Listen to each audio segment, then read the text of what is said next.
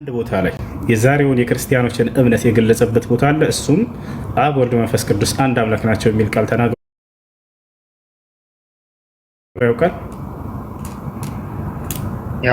አብ ወልድ መንፈስ ቅዱስ ተናግሮ ያውቃል። አልጠየቅኩም። አብ ወልድ መንፈስ ቅዱስ አንድ አምላክ አትቀንሳ ቃሏ ምን ቃል በቃል ነው። ግን የአንድ አምላክ መገለጫው ምንድን ነው?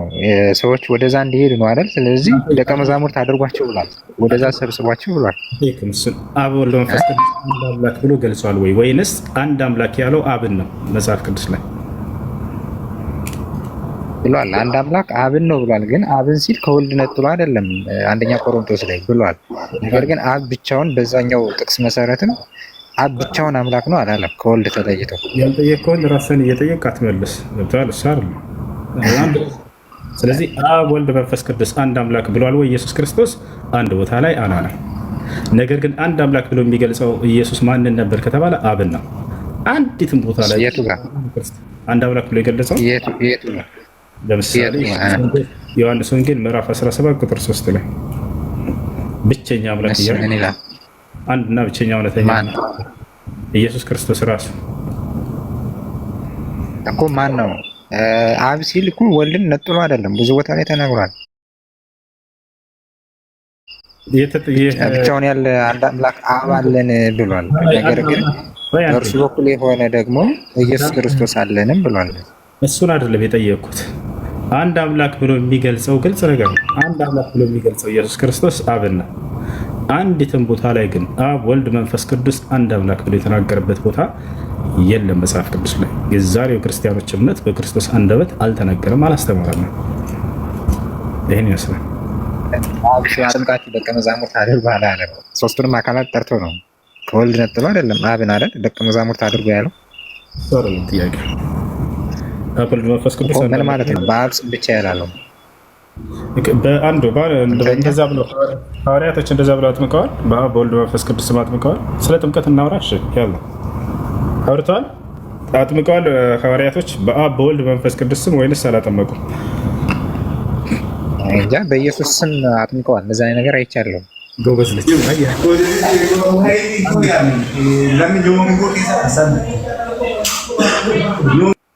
አየህ። ለምን በትክክል እንደው የክርስቶስ አስተምሮ ሆኖ በነበር የማቴዎስ ወንጌል የተናገረው እሱ ብቻ ነው። ያችን ቃል የተናገራት የክርስቶስ ትምህርት ሆኖ በነበር ሐዋርያቶች ከዚያ በኋላ ሲያጠምቁ በአብ በወልድ መንፈስ ቅዱስ ስም በሶስቱም የሥላሴ አካል ሊያጠምቁ ይገባ ነበር። አንድም ሐዋርያ ግን በአብ በወልድ መንፈስ ቅዱስ ስም ያጠመቀ የለም።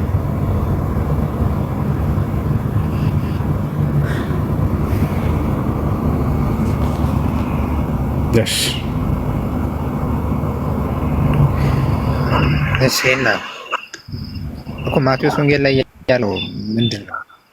ያ ስህተት መሆኑን ከዚያ ትረዳለህ። ምክንያቱም እነ ጴጥሮስ አይተህ ከሆነ የሐዋርያት ሥራ ላይ በትክክል ያ የክርስቶስ ትምህርት ሆኖ በነበር የክርስቶስን ትምህርት ትተው በአንዱ የሥላሴ አካል ብቻ በኢየሱስ ስም ብቻ ባላጠመቁ ነበር። ያ ነገር ትክክል እንዳልሆነ ከዚያ ትረዳለህ። ሲቀጥል ማርቆስ ወንጌል ምዕራፍ 16 ከ8 ጀምሮ እስከ መጨረሻው ድረስ በዚያ ላይ የጥምቀት ትምህርት ተነስቷል። ያ ከጊዜ በኋላ የተጨመረ እንደሆነ ታውቃለህ አይደል? የመጀመሪያ ግሪኩ ላይ አታገኘው መሰል። በዚያ ውስጥ ስለ ጥምቀት ይናገራል። የጥምቀት ትምህርት ከዚያ ከተጨመሩት መካከል ሆኖ ታገኘዋለህ።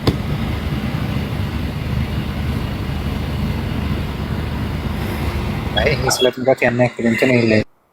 ከዚህ ጋር ተያይዞ አንድ ጥያቄ ልጠይቅህ። ጠይቅሽ ነው። በተለይ ስለ አምላክነት ባህሪ ይወራል አይደል? አምላክን አምላክ የሚያስብለው አንዱም የአምላክነትን ባህሪ ሲይዝ ነው አይደል? ስለዚህ የአምላክነት ባህሪ ዘላለማዊነት ሊሆን አይችልም። ወይም ደግሞ ይሄ ያለ የነበረ የሚለው የአምላክን ባህሪ እንትን አይልም። ከፍጡርና ከፈጣሪ አንጻር ይለያያል። ስለ ሰለሞን ንግስና ለዘላለም ተብሎ ይገለጻል። ልክ እንዲሁም ስለ መልከ ጸዴቅ የጊዜው የዘመን የማይቆጠርለት አካል ተብሎ ተገልጿል። እሱን አምላክ ነው ማለት አንችልም። ሰለሞንም እንዲሁም ንግስናው ለዘላለም ነው ስለተባለ አምላክ ነው ማለት አይቻልም። መልከ ጸዴቅን ብንወስድ ዕብራውያን ምዕራፍ 7 ከቁጥር 1 ጀምረህ መልከ ጸዴቅን ታውቀዋለህ? እሺ የተወሰነ መልከ ጸዴቅ አምላክ ነው አይደለም? አይደለም። እንዴት የአምላክን ባህሪ ያልያዘ? አሁን አንተ ቅድም የጠቀስከው የትኛው መልከ ጸዴቅ? ከዘላለም እስከ ዘላለም ነበር መልከ ጸዴቅ። የቱ ነው? እስኪ ላስነብብህ ይላውጣለህ። እኛ ለፍጡር ከሆነ እንደ ፈጣሪ እናደርጋቸውም እና ዕብራውያን ይላውጣለህ ምዕራፍ 7 ከቁጥር 1 ያው የሳሌም ንጉሥና የልዑል እግዚአብሔር ካህን የሆነ ይህ መልከ ጸዴቅ አብርሃም ነገሥታትን ገድሎ ሲመለስ ከእርሱ ጋር ተገናኝቶ ባረከው ይላል። ለእርሱም ደግሞ አብርሃም ከሁሉ አስራትን አካፈለው። የስሙም ትርጓሜ በመጀመሪያ የጽድቅ ንጉሥ ነው፣ ኋላም ደግሞ የሳሌም ንጉሥ ማለት የሰላም ንጉሥ ነው አለ። አሁን ባህሪውን ተመልከት። አባትና እናት የትውልድ ቁጥር የሉትም አለ። አየህ፣ ቢያንስ ኢየሱስ ክርስቶስ እናት አለው። ተመልከቱ፣ አባት ባይኖረውም ክርስቶስን በዚህ ራሱ በልጦታል። አባትም የለውም እናትም የለውም፣ የትውልድ ቁጥርም የሉትም አለ። ኢየሱስ ክርስቶስ የትውልድ ቁጥሮች እንዳሉት ማቴዎስ ወንጌል ምዕራፍ 1 ከቁጥር 1 ጀምረህ ማንበብ ትችላለህ። በዚህም በለጠው። ተመልከት፣ አሁን ለዘመኑም ጥንት ለሕይወቱም ፍጻሜ የለውም። ያ ሰላም! አልፋና ኦሜጋ የሆነ ሰው ከክርስቶስ የሰው ይበልጣል በአምላክነት ባህሪ። የሚገርመው ይህ ነበር ሶስተኛው ሥላሴ መደረግ ያለበት። አይበልጥም እኮ እዚህ ጋር ይሄ አምላክነት ባህሪ ነው አይደለም? ለዘመኑ ጥንት ለትውልዱም ቁጥር ምን ይላል? ለዘመኑም ጥንት ለሕይወቱም ፍጻሜ የለውም ይላል። አይደለም። ኢየሱስ ክርስቶስም በዚህ መንገድ አይደለም የሚያስቀምጠው። አባትና እናት ምናምን ብሎ ሳይሆን ከዘላለም እስከ ዘላለም ነው ያለ። እንግዲህ አዳምጥ። የትውልድ ቁጥር የሉትም ማለት ለዘመኑም ጥንት የለውም ይላል፣ ለሕይወቱም ፍጻሜ የለውም ይላል። እና አባትና እናት ትውልድ የለውም አለ። ከዘላለም ከሚለው ይህ በልጦ ነው። ከዘላለም እስከ ዘላለም የሚለው ለዘመኑም ጥንት የለውም ለሕይወቱም ፍጻሜ የለውም ማለት እኮ መጀመሪያም ጥንት የለውም። ይሄ ሰው ለዘመኑም ጥንት የለውም ለሕይወቱም ፍጻሜ የለውም በፍጹም እያለ ነው። አይ እንደዛ አይደለም። እናትና ከአባት የለውም፣ እናትና አባትም የለውም እኮና ከዘላለም እስከ ዘላለም ከሚለው ጋር ጭራሽ እንትን አይልም። የጭራሽ እናትና አባት ራሱ የለውም እያልኩህ እኮ ነው። ይሄ ሰውዬ ከየት ነው የተገኘው? እሺ፣ አይ ችግር የለውም እንስማማ እንበልና ይሄ ፊተኛና ኋለኛው ከዘላለም እስከ ዘላለም የአምላክነት ባህሪ ካልሆነ ሱራ 57 ቁጥር 3 ላይ ያለ ፊተኛና ኋለኛ ይለዋል አይደል? ይፍታ። ቆይ አንዴ መልከ ጸዴቅና ኢየሱስን አወዳደር እንጂ መጀመሪያ እናትም አባትም የለውም አይደል? ይሄ ሰውዬ እስኪ ክፈተው አሳየው። የለውም የለም ያለው ያው ብለል አባትና እናት የትውልድ ቁጥር የሉትም ማለት ያው ምን ማለት ነው? የትውልድ ቁጥር የሉትም እነሱ አባትና እናት የትውልድ ቁጥርም የሉትም። እነዚህ ሶስቱም እንደሌሉት እየተናገረ ነው። አባትና እናት የትውልድ ቁጥርም የሉትም። ማን ነው ይሄ ሰው? አይ አባቱን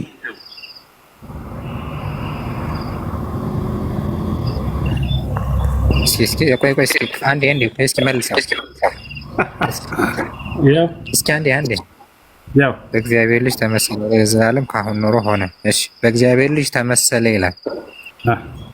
ኦኬ እሺ ምን ለማለት ነው? ተመሰለ እናትና አባት የሉትም ይለናል። ማን ነው ይሄ አካል? እናትና አባት ልክ ነህ። እሺ እናትና አባት እዚህ ጋር እኮ መለሰ። እሱ ነው ምናምን ነገር ምን አለ መሰለህ፣ አንተ በምታስበው ልክ አይደለም መጽሐፍ ቅዱስ የሚተረጎመው እና ደግሞ ማለት ነው የሰማኸኝ ነው ብራዘር።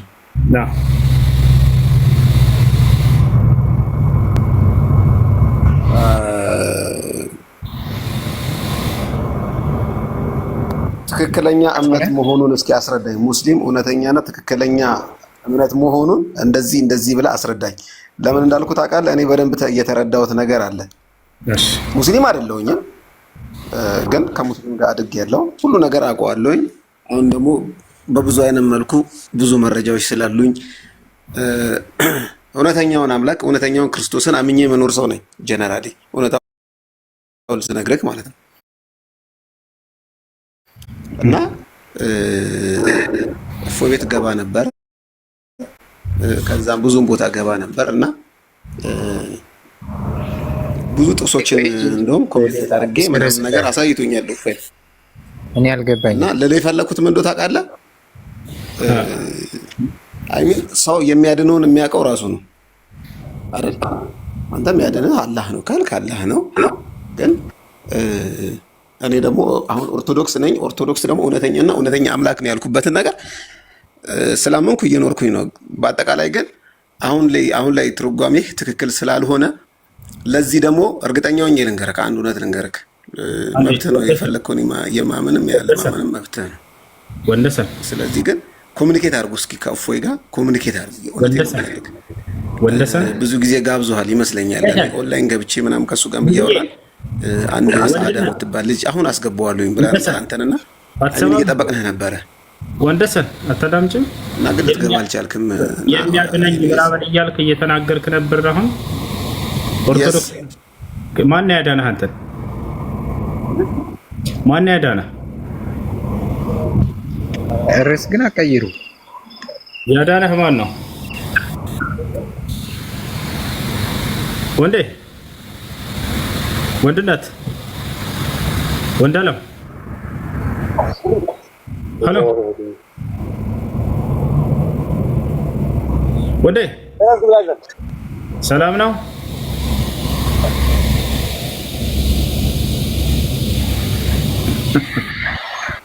ሄሎ አንድ ጥያቄ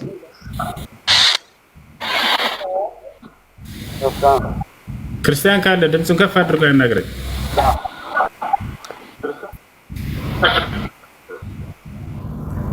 ክርስቲያን አለ? ሄሎ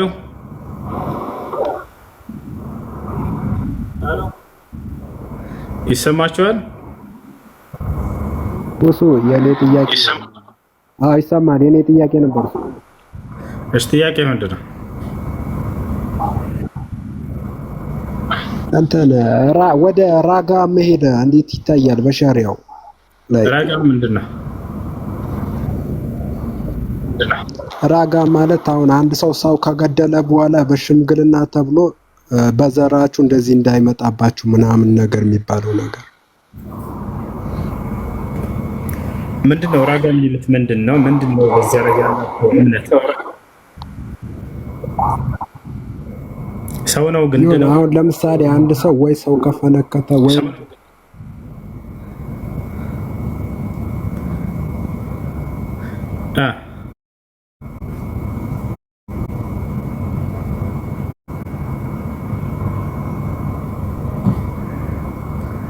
የሽምግልና ስርዓት ነው ይላል።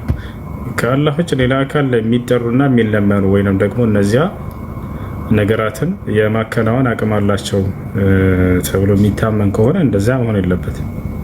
ለማስታረቅ ከሆነ በሰዎች አማካኝነት ሽማግሌዎች ከሆኑ እርቅ ለመፍጠር በተጣሉ ሰዎች መካከል ከሆነ ችግር የለም።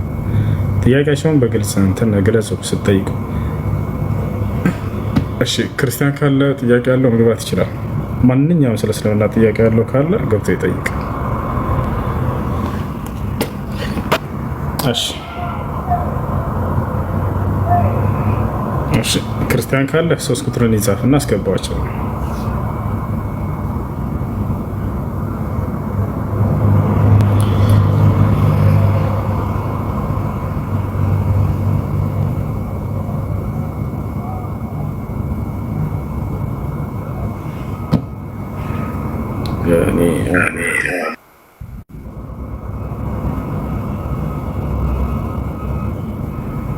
እሺ የአሁኑ ጥቅስ ስላልገባኝ ነው። የመልከ ጼዴቅ እስኪ ድጋሚ እንየው እናስረዳይ በደንብ። እሺ እናትና አባት የትውልድ ቁጥር የለትም ይላል። አዎ የለትም ይላል። እሺ እናትና አባት የሌለው ለዘመኑ ጥንት ለዘመኑ ፍጻሜ የሌለው ምንድን ነው? ከእግዚአብሔር ልጅ ተመሰለ ይላል ደግሞ ታች ላይ እንመጣለን ወደሱ። ችግር የለም። እናትና አባት የሉትም ይለናል። እናትና አባት አሉት የሉትም? ሰውዬው እኔ ስለ ሰውዬው አላውቅም። ያን ያክል ማወቅ አንተ እያየኸው እኮ ነው። እናትና አባት የሉትም አለ። የሚያመሳስለው ነገር አለ። አይ እዛው ላይ ዝቅ ብሎ የሚያመሳስላቸው ነገር እንዳለ ተናግሯል። እግዚአብሔር ልጅ ተመሰለ። ክርስቶስ በሱ ይመሰላል። እንደው ክርስቶስ በዚያ በሰው ይመሰላል። በእግዚአብሔር እስኪ እናነብ።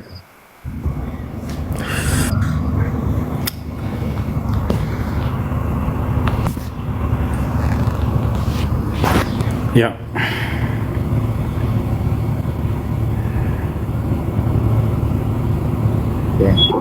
በእግዚአብሔር ልጅ ተመስሎ ለዘላለም ካህን ሆኖ ይኖራል ይላል። ለዘላለም የሚለው ቃል የአምላክን ባህሪ ያይዝም ወይ ስትል ነበር። እንዳውም አይደለ ለዘላለም ብቻ ሳይሆን ከዘላለም እስከ ዘላለም ነው እኔ ያልኩት። እሱም ከዘላለም ነው። ምክንያቱም ያው ለዘመኑ ጥንት የለውም ለሕይወቱም ፍጻሜም የለውም አለ። ስለዚህ እርሱ እስከ መቼ ይሆናል? ለዘላለም ይኖራል። እሱ እናትም አባት ግን ከዘላለም እስከ ዘላለም እኖራለሁ ነው ያለ። ወደ እሱ እንመጣለን። ችግር የለውም። አንዴ አባትና እናት የለውም አለ። ኢየሱስ ክርስቶስ እናት አለው የለውም? እናወዳድራቸው። በሰውነቱ እናት አለው። በጣም ጥሩ። ወደ አምላክነቱ እንመጣለን። እሺ የትውልድ ቁጥር የሉትም አለ። ኢየሱስ ክርስቶስ የትውልድ ቁጥር እንዳለው ተቀምጧል አልተቀመጠ መጽሐፍ ቅዱስ ላይ? እሺ የአብርሃም ዘርን ይዟል ይላል። በጣም ጥሩ። የትውልድ ቁጥር አለው። ይሄ ግን እናትም የለውም አባትም የለም የትውልድ ቁጥርም የሉትም። ማን በለጠ በዚህ? እና በለጠ ማለት በሰውነት እሺ ይበልጣል። ችግር የለውም። በሰውነት በሰውነት ይበልጣል። ለዘመኑ ጥንት ለሕይወቱም ፍጻሜ የለውም። ዮሐንስም ይበልጠዋል በሰውነት በእድሜ ከሆነ ስለ እድሜ አይደለም። ዮሐንስን ከዚህ ጋር ልታወዳድረው ስለራሱ አትችልም። ዮሐንስን ልታወዳድር ፈልገህ ነው? እናትና አባት ያሉት አይደለም። እሺ ቀጥል። ስለዚህ ክርስቶስን ይበልጠዋል ይህ አካል። ለዘመኑ ጥንት ለሕይወቱ ፍጻሜ የለውም ማለት ለዘመኑ ጥንት የለውም ማለት ነው። ለዘመኑ ጥንት አይዱን ነው። ጥንት ማለት ድሮ ማለት ነው። እንግዲህ ማለት ጥንት ማለት እየቆየ ከዚህ ዘመን ጀምሮ ነው ተብሎ የማይገለጽ ነው። ምክንያቱም እዚህም ጋር ቀጥሎ ምን አለው? ፍጻሜ የሌለው ብሎ ገለጸው። አያረላ አንጻራዊ አድርገው ማለት ነው። እስከዚህ ፍጻሜ ማለት ወደፊት ያለ ነገር አይደል? አዎ ፍጻሜ የለውም ተባለ። በቃ አያረላ። እሺ ከዚያ በኋላ ዳሩ ግን በእግዚአብሔር ልጅ ተመስሎ ለዘላለም ነዋሪ እንደሆነም ገለጸው። ለዘላለም ካህን ሆኖ ይኖራል ነው። ስለዚህ ይህ አካል እዚህ በተገለጸው መሰረት ክርስቶስን ይበልጣል አይበልጥም? ጭራሽ አይበልጥም። ከዘላለም በሚለው ጭራሽ፣ ምክንያቱም ክርስቶስ ከዘላለም ጀምሮ ነበር። ክርስቶስ ከዚህ የሚሻልበትን አሳየን እስኪ ማስረጃ። አይደለም አንተ እኮ እያወዳደርክ ያለኸው አሁን የዚህን ሰው ጻድቅ ሰውና የኢየሱስ ክርስቶስን ሰውነት ነው እያነጻጸርክ ያለ እንጂ የኢየሱስ ክርስቶስን አምላክነት አይደለም። ስለ አምላክነቱ እንመጣለን። አባትና እናት የምትለው መቼም የአምላክ እናትና አባቱ እሺ ይሁን፣ አባት የለውም እንዳትል ደግሞ የባህሪ አባት አለው። ስለ አምላክነቱ እናወራለን። ስለ ሰውነቱ ስለ ኢየሱስ እያወራን ነው። ኢየሱስን ባጭሩ በሰውነቱ ይበልጣል አይበልጠውም? ይሄ እሺ በሰውነቱ ከሆነማ አይደለም ይሄ እንደዚህ ብሎ የተጻፈው ቀርቶ ዮሐንስን በ6 ወር ይበልጠዋል። በአመታት አይደለም ዮሐንስን ይበልጣል ኢየሱስ ክርስቶስ። ምክንያቱም ዮሐንስ እናትና አባት አለው። ዮሐንስ ይበልጣል አይበልጥም? ዮሐንስ ይበልጣል አይበልጥም? ማንን ይበልጣል? በእድሜ አይደለም የጠየቅኩህ፣ በእድሜ ሳይሆን የጠየቅኩህ ኢየሱስ ክርስቶስ እናትና አባት አለ የለውም? የባህሪ አባት አለው። ስለ እናት ስለ ስጋው እየጠየቅኩህ ነው። እባክህ የባህሪ አባት አለው። ባህሪ አባት እንዳለ አባት የለውም። ኢየሱስ ክርስቶስ የባህሪ አባት አለ ይብላል። እሺ ለዛ አባቴ ብሎታል። አንድያ ልጁን እንደላከ ተናግሯል። አንድ ልጅ እንደላከ ተናግሯል። የባህሪ አባት አለኝ ብሏል ወይ ኢየሱስ ክርስቶስ? እንደዛ የሚል አላየውም። የባህሪ አባት አለኝ የሚል ሳይሆን አንድያ ልጁን እንደላከ የሚናገርበት የባህሪ ልጅ የሚባል ነገር የለውም። ኢየሱስ ክርስቶስ የባህሪ አባት የባህሪ ልጅ የሚባል። ስለዚህ ይህ አካል እዚህ የተገለጸው አለ። አንተ እኮ ማለት አይደለም ክርስቶስ ራሱ ስላልተናገረ የለም ማለት አይደለም። እኔ ስላላየው ነው እንጂ እሺ፣ ሌላ የተናገረን ቢሆን አምጣ፣ ችግር የለውም። ኢየሱስ ክርስቶስ ለእግዚአብሔር የባህሪ ልጁ ነው ያለው ማለት ነው። እሺ፣ ችግር የለውም። መጀመሪያ እሱን ያየሁበት ቦታ አለ፣ ችግር የለውም። የባህሪ ልጁን እንደላከ ከዛ በፊት ግን አንድያ ልጁን እንደላከ የሚናገርበት ቦታ አለ። ሌላ ነፍ አሉ ከኢየሱስ ክርስቶስ በኩል አንድ ልጅ የተላኩ የእግዚአብሔር ልጆች። እግዚአብሔር ነፍ ልጆች እንዳሉት አታውቅም? እኔም ልጁ ነኝ። ግን አይ ልጅ ሲባል የጸጋ ነው የባህሪ በሚለው ነው እንጂ እኛም ልጆች ነን። የለም እኮ እሱን እንኳን መንክ እኮ ቅድም የለም የባህሪ ልጅ ፈልግሽ ካላስተጋባብኝ አንዴ እንትን ብዬ ልመለስ ይቻላል። የለም የባህሪ ልጅ እሺ፣ መንገደኛ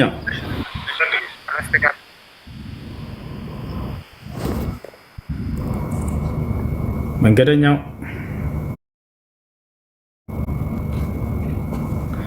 አሎ አሎ፣ መንገደኛው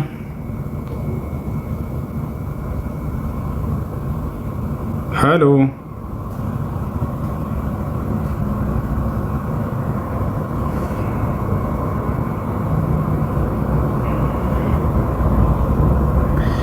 እሺ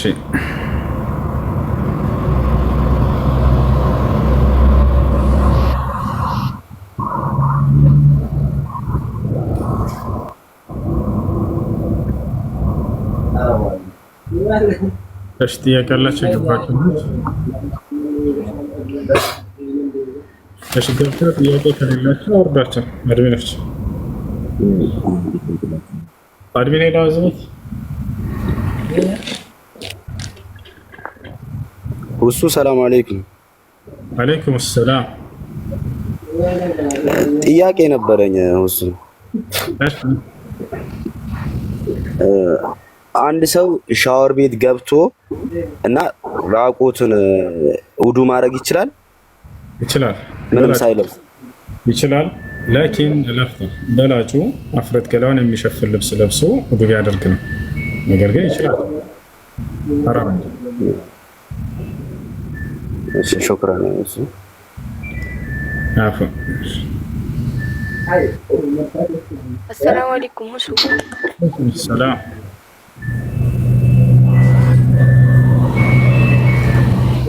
አንድ ጥያቄ ነበረኝ። እሺ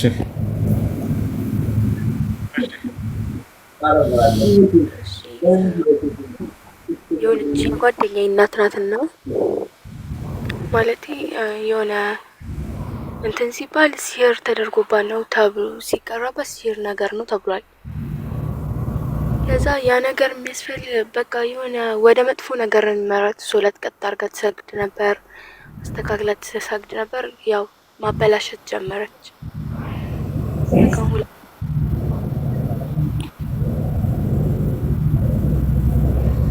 ሰላም አለይኩም። አለይኩም ሰላም።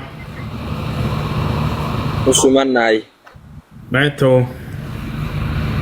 ሰላም ነው ነጋበስ የሆነች ክሬሽን ነበረችኝ። ምን ትላለች? ምንድን ናት? እሺ ጥያቄ አሁን በእኛ አካባቢ ላይ ማለት ነው እሺ የኹሩጅ ሰዎች አሉና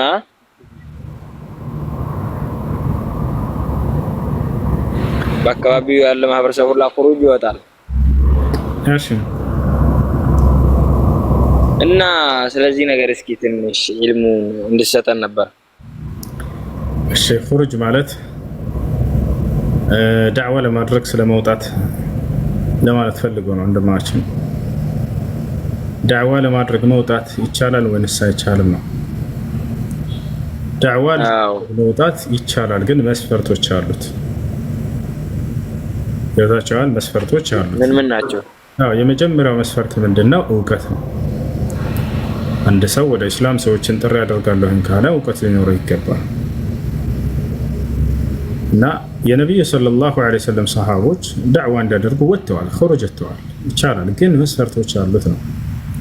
بعث رسول الله صلى الله عليه وسلم معاذ إلى اليمن فقال له يا معاذ إنك تأتي قوما من أهل الكتاب فليكن أول ما تدعوهم إليه أن يشهدوا أن لا إله إلا الله وأني رسول الله فإنهم أطاعوك لذلك فأعلمهم أن الله قد افترض عليهم 5 صلوات في اليوم والليلة فإنهم أطاعوك لذلك فأعلمهم أن الله قد افترض عليهم الزكاة تؤخذ من أغنيائهم فترد إلى فقرائهم فإنهم أطاعوك لذلك فأعلمهم أن الله قد افترض عليهم الصوم ثم الحج من استطاع إليه سبيلا እና ይህ ነው ነቢ ሰለላሁ ዐለይሂ ወሰለም ሙዓዝን ወደ የመን እንዲወጣ ለዳዕዋ ልከውታል። ኹሩጅ ግን መስፈርቶች አሉት። ሰሓቦች የእውቀት ባለቤቶች ነበሩ። ነቢ ሰለላሁ ዐለይሂ ወሰለም መስክረውላቸዋል። አንደኛው እሱ ነው። ሁለተኛ ጊዜ ገደብ አልገደቡም። ነቢ ሰለላሁ ዐለይሂ ወሰለም 3 ቀን፣ 7 ቀን፣ ወር፣ 4 ዓመት ምናምን እያሉ እንዲገደብን አልገደቡም። ዳዕዋ ዒባዳ እስከሆነ ድረስ ከአላህ ሱብሓነሁ ወተዓላ ዘንድ የታዘዝንበት የዛኔ እኛ በራሳችን በዚህ ጊዜ ካልሆነ 3 ቀን ካልሆነ ምናምን ብሎ በራሱ ሰውየው እንዲህ ገደቦችን ማድረጉ አስፈላጊ አይደለም።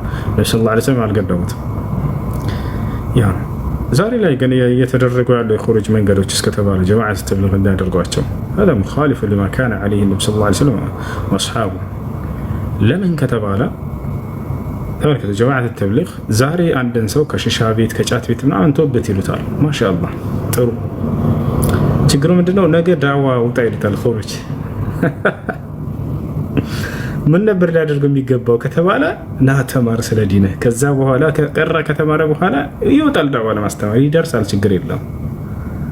ዛሬ ተውበት እንዲያደርግ ካደረጉት በኋላ ከጫት ከሽሻ ቤት ይተዋል። ማሻአላህ ጀለብያ ይለብሳል ምናምን። ነገ ዳዕዋ ውጣ አድርግ፣ ከህዝብ ፊት ቁምና ዳዕዋ አድርግ። ያ አኺ الجاهل إذا قام يدعو إلى الله سبحانه وتعالى فما يفسده أكثر مما يصلحه የእውቀት ባለቤት ካልሆነ በስተቀር እውቀት ሳይኖራቸው ሰዎች ስለ ዲን እንናገራለን ካሉ ከሚያሳምሩት ይልቅ የሚያበላሹት በጣም ይበዛል። ነገር ግን ይህ ሰው እዛው ለሚገኙ ጓደኞችስ ለምሳሌ ሌላ ቃሚ ጓደኛ አጫሽ ጓደኛ ካለው ያንን በቃ ዳዕዋ አያድርግ ማለት ነው። ይሄድ ይችላል፣ ያደርጋሉ አቅሙ። አየህ ሌሎችን በዚህ መንገድ ላይ ያሉ ሰዎች ካሉ እነዚህን ልጆች ወደ ኢስላም ወደ ዲናቸው እንዲመለሱ ይሄን ችግር የለውም። ቁመው ግን መድረክ ይዘው ዳዕዋ እናደርጋለን እናስተምራለን ማለት የእውቀት ባለቤት መሆን ይጠይቃል። ምክንያቱም የዛኔ በፊትህ ላይ የክህደት ባለቤቶች የቢድዓ ባለቤቶች እንዲህ በርካታ እንዲህ አይነት ይመጡብሃል። ጥያቄ ይጠይቁሃል። በሚጠይቁህ ጊዜ ከቁርአንና ከሐዲስ የምትመልስበት እውቀትን ሊኖረህ ይገባል። ገብቶሃል አይደል?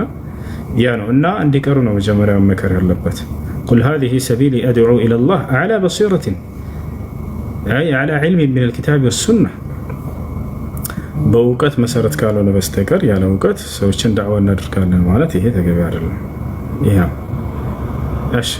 وهذا ما أفتى به العلماء الشيخ عبد العزيز بن باز وابن عثيمين والشيخ الألباني والشيخ صالح الفوزان كلهم تكلموا في جماعة التبليغ وأنهم على غير طريقة السلف. ايش هي مثلا؟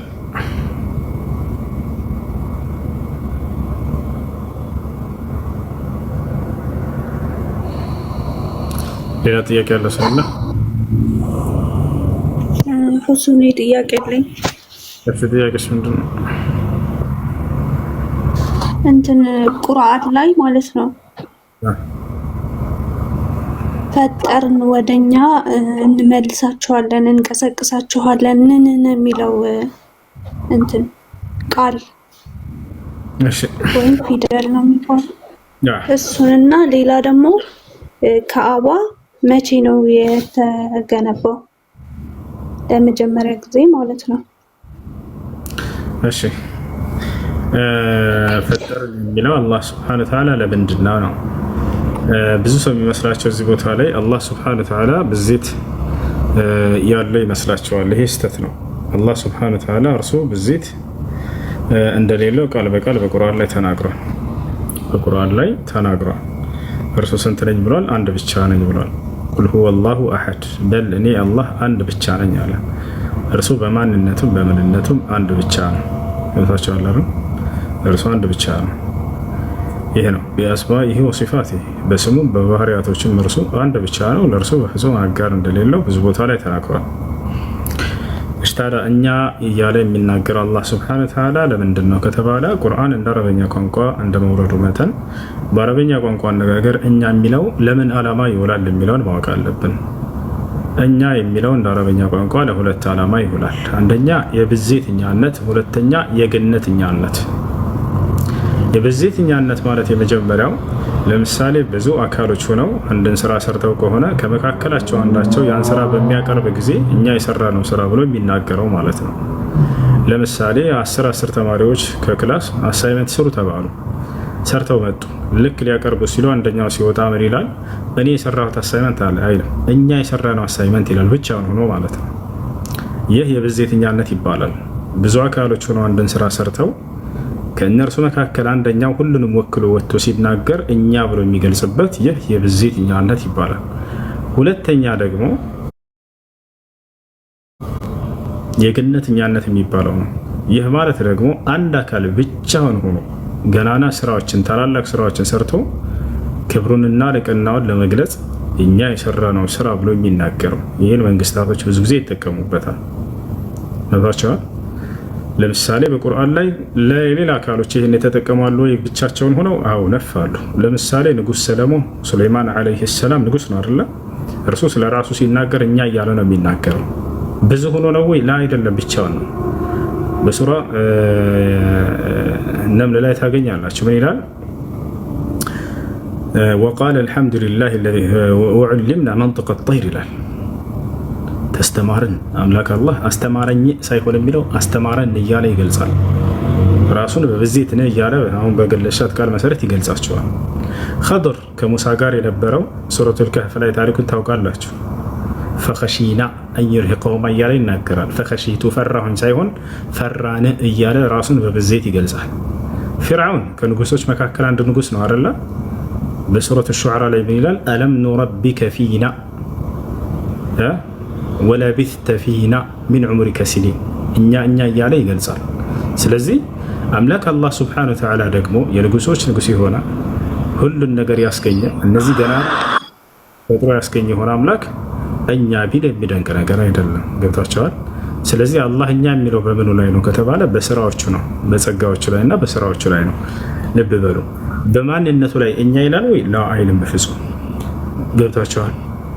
እኛ አይልም በማንነቱ ላይ። በስራዎቹ ግን እና በጸጋዎቹ በሁለቱ ላይ እኛ የሚለው በእነዚህ ላይ ነው። የነዚህ ታላላቅ ጸጋዎች ባለቤት እርሱ መሆኑ የነዚህ ታላላቅ ስራዎች ባለቤት እርሱ መሆኑን ሊገልጽ ዘንድ ተቻለ አይደል? ያ ነገር ግን በማንነቱ ላይ ከተባለ አምላክ አላህ ሱብሓነሁ ወተዓላ እኔ ነው የሚለው። የሚገርማችሁ ለምሳሌ ማስረጃ ልስጣችሁ። በቁርአን ላይ ምን ይላል? ሱረት ጣሃ ላይ ምዕራፍ 20 ቁጥር 14 ላይ ምን ይላል? ኢነኒ አነላህ አለ። ስለ ራሱ ስለ ማንነቱ ሊነግረን ሲፈልግ እኔ አላህ ነኝ አለ። ላኢላሃ ኢላ አነ ከእኔ በስተቀር ሌላ ማንም አምላክ የለም አለ። እኛ አላህ ነን አይልም፣ ምክንያቱም ብቸኛ ነው እርሱ። እኔ ነው የሚለው ከእኛ በስተቀር ሌላ አምላክ የለም አይልም። ስለ አምላክነቱ ሲናገር እኔ እያለ ነው የሚናገረው። ኢነኒ አነላህ ላኢላሃ ኢላ አነ ፈዕቡድኒ፣ እኔ አላህ ነኝ ከእኔ በስተቀር ሌላ ማንም አምላክ የለም፣ እኔንም ብቻ ተገዛኝ አለ። ወኢያየ ፈርሃቡን ይላል ሱረቱል በቀራ ላይ። እኔን ብቻ ፍሩኝ አለ። ወኢያየ ፈተቁን ይላል እዚያው ላይ እኔ ተጠንቀቁኝ እያለ ይናገራል። በሱራ ያሲን ላይ ስለ ራሱ ሲናገር አለም አዕሀድ ኢለይኩም ያ በኒ አደመ አላ ተዕቡዱ ሸይጣን፣ እናንተ የአዳም ልጆች ሆይ ሰይጣንን አትገዙ ብዬ ቃል ኪዳን አልያዝኩባችሁም ነበርን ይላል። ኢነሁ ለኩም ዐዱውን ሙቢን፣ እርሱ ለእናንተ ግልጽ ጠላት ነው አላልኳችሁም ነበር ካለ በኋላ ምን አለ? ወአን ዕቡዱኒ፣ እኔ ብቻ ተገዙኝ አላልኳችሁም ነበር? ሀዛ ሲራጡን ሙስተቂም፣ ይህ ነው ቀጥተኛ መንገድ እያለ ይናገራል። ገብተሻለት? ሄሎ